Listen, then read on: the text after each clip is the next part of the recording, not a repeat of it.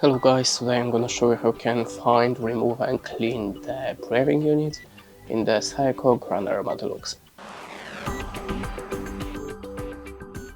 So, in the first step, we have to remove the water tank.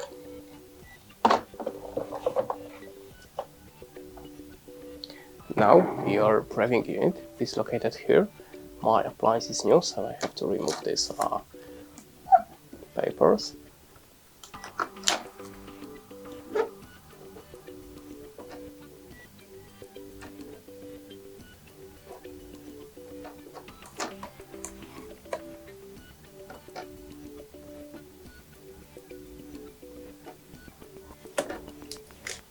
Okay, now you have to open this service door, and as you can see, there are our brewing unit.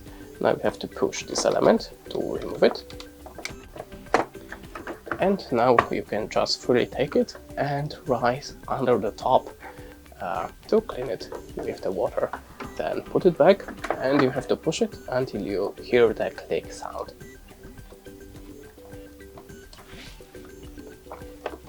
Check that is locked, and close the door.